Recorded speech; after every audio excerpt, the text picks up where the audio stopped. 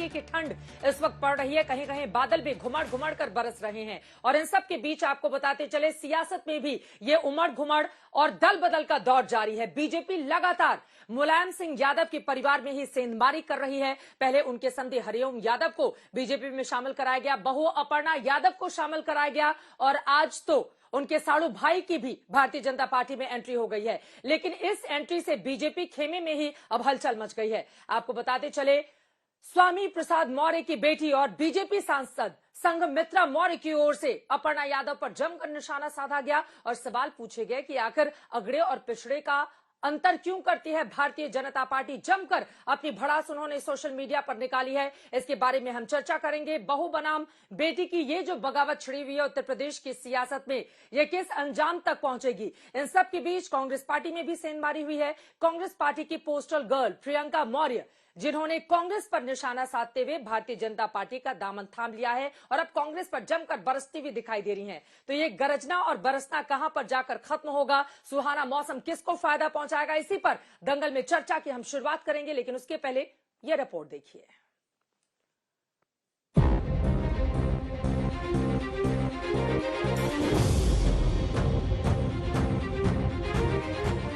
सियासत इसी का नाम है जो अपनों को दुश्मन और गैरों को अपना बना देती है। लेकिन सवाल सीटों का है, सवाल टिकट के बंटवारे का है, सवाल पार्टी में पद का है।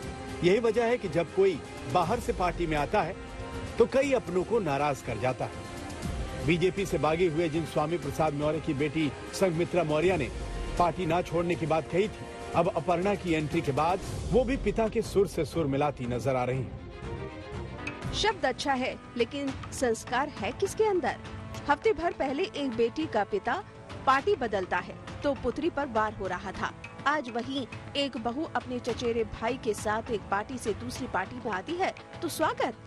क्या इसको भी वर्ग से जोड़ा जाना चाहिए कि बेटी पिछड़े वर्ग की है और बहू अगड़े वर्ग से है।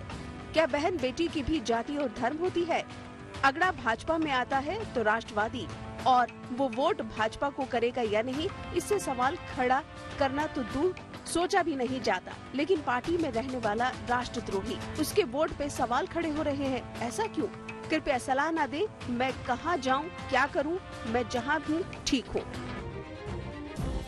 पूरा घमासान टिकटों के बंटवारे का था। लड़ाई स्वामी प्रसाद मौर्य के बेटे और संघमित्रा के भाई को टिकट देने से शुरू हुई थी, जहां अपर्णा की एंट्री अब बेटी को अखर रही।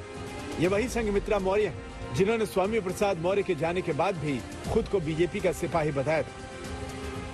संघमित्रा भारतीय जनता पार्टी की सांसद हैं और आदरणीय प्रधानमंत्री नरेंद्र मोदी जी के नेतृत्व में वो भारतीय जनता पार्टी के लिए आगे भी काम करने वाली हैं। बीजेपी में अपर्णा यादव की स्वागत के मायने हैं। अपर्णा न कहीं से सांसद है, न ही विधायक, वो न फिल्म स्टार है, न अपने क्षेत्र की कोई बड़ी हस्ती। लेकिन अपर्णा खास है क्योंकि मुलायम सिंह यादव की छोटी बहू, वो यूपी में बीजेपी को ललकारने वाले अखिलेश यादव के छोटे भाई की पत्नी है। इसीलिए अपर्णा का बीजेपी में आना खास बन गया।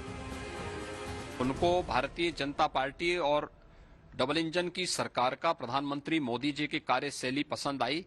उन्होंने भारतीय जनता पार्टी को आज अपना यानी की सदस्यता ली है। हम उनका स्वागत करते हैं और हमें विश्वास है कि अपर्णा जी भारतीय जनता पार्टी के साथ मिलकर के इस बृहद परिवार का हिस्सा बन करके भारतीय जनता पार्टी को मजबूती प्रदान करने और अपने सामाजिक सेवाओं को इस मंच के माध्यम से आगे बढ़ाने का कार्य करेंगे। निश्चित तौर से श्री मुलायम सिंह यादव जी की पुत्रवधू होने के बाद भी समय समय पर आपने जो अपना विचार आप सब मीडिया के मित्रों के माध्यम से रखा है, वह विचार सदैव से मुझे उनका भाजपाई लगता था कि वो भारतीय जनता पार्टी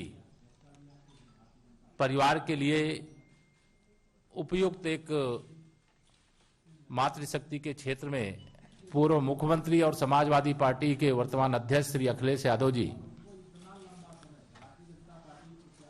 अपने परिवार में ही सफल नहीं है और प्रदेश के मुख्यमंत्री के रूप में भी असफल रहे हैं। यहाँ पर खेल पूरा जनता के बीच चेहरे का है। एसपी ने बीजेपी में सेंध लगाई तो बीजेपी ने मुलायम परिवार के घर में सेंधमारी शुरू कर दी। बीजेपी से बागी नेताओं ने बीजेपी में पिछड़ों को तवज्जो न दिए जाने का आरोप लगाया तो बीजेपी ने मुलायम परिवार को ही न संभालने का एजेंडा सेट कर दिया। मैं आदरणीय प्रधानमंत्री श्री नरेंद्र मोदी जी का, आदरणीय मुख्यमंत्री उत्तर प्रदेश श्री योगी जी का बहुत बहुत धन्यवाद करती हूँ। मैं हमेशा से प्रभावित रहती थी आदरणीय प्रधानमंत्री जी से, और मेरे चिंतन में हमेशा राष्ट्र सबसे पहले है। सबसे पहले तो मैं बधाई दूंगा और शुभकामनाएं,